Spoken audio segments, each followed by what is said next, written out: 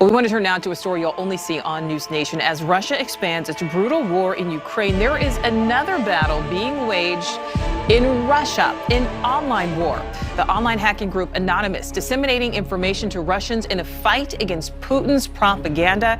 And Newsnation correspondent Brian Entin is live. So, Brian, you spoke with somebody claiming to be a part of this group, Anonymous.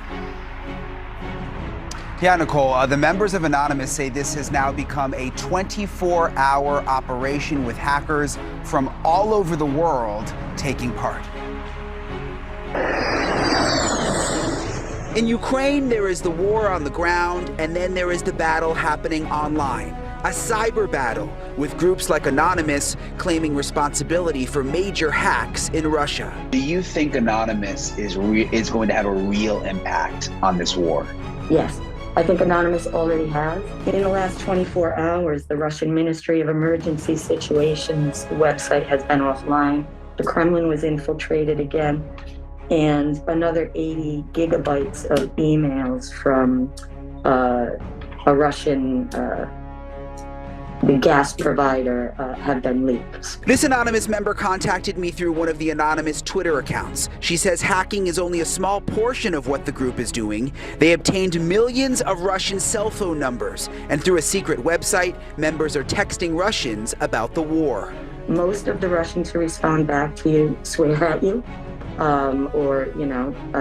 however, you do get people responding back, entering a dialogue. We're sharing photos from the war. We're letting them know that their sons are going to battle, not to train.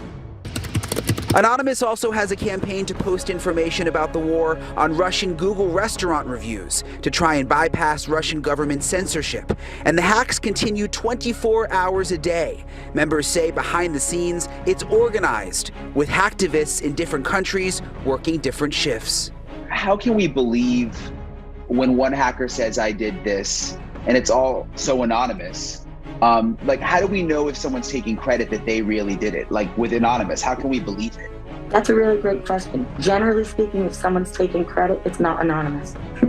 We don't want credit and we don't want money. It's another reason I reached out to you. The Russian propaganda has claimed several times to have arrested Anonymous. And there is clearly that lack of understanding that Anonymous is a hive. You cannot take down the hive. The queen is an idea, it is not a person. And as far as that hacker that I spoke to, she sent me some of these secret websites that they use. Really eye-opening to see all of these cell phone numbers that they've been able to obtain. And they actually created a website where they go on, all of these members around the world, and they text with these everyday Russians. You have to remember, though, this is technically illegal. Even though Russia is a foreign adversary, it is illegal to hack the way they are doing it. They say it's a risk they're willing to take, and they also say it's very difficult for the government to trace exactly what they're doing. Nicole? Oh, yeah, definitely. And Brian, I feel like the obvious question here, how do we know that this woman is legit, that she's really a part of Anonymous? But it sounds like, that information she gave you, leads you to believe this is real. She's real. Yeah, and the way she reached out to me, too, is important. I mean, she reached out to me through the Anonymous Twitter account, one of the accounts that they use to communicate with people. So that's how we got in touch originally. And then she was very open to providing me with all of this information and with those secret websites that I was able to look at for myself. All right, Brian Entin reporting live for us. Thank you for that.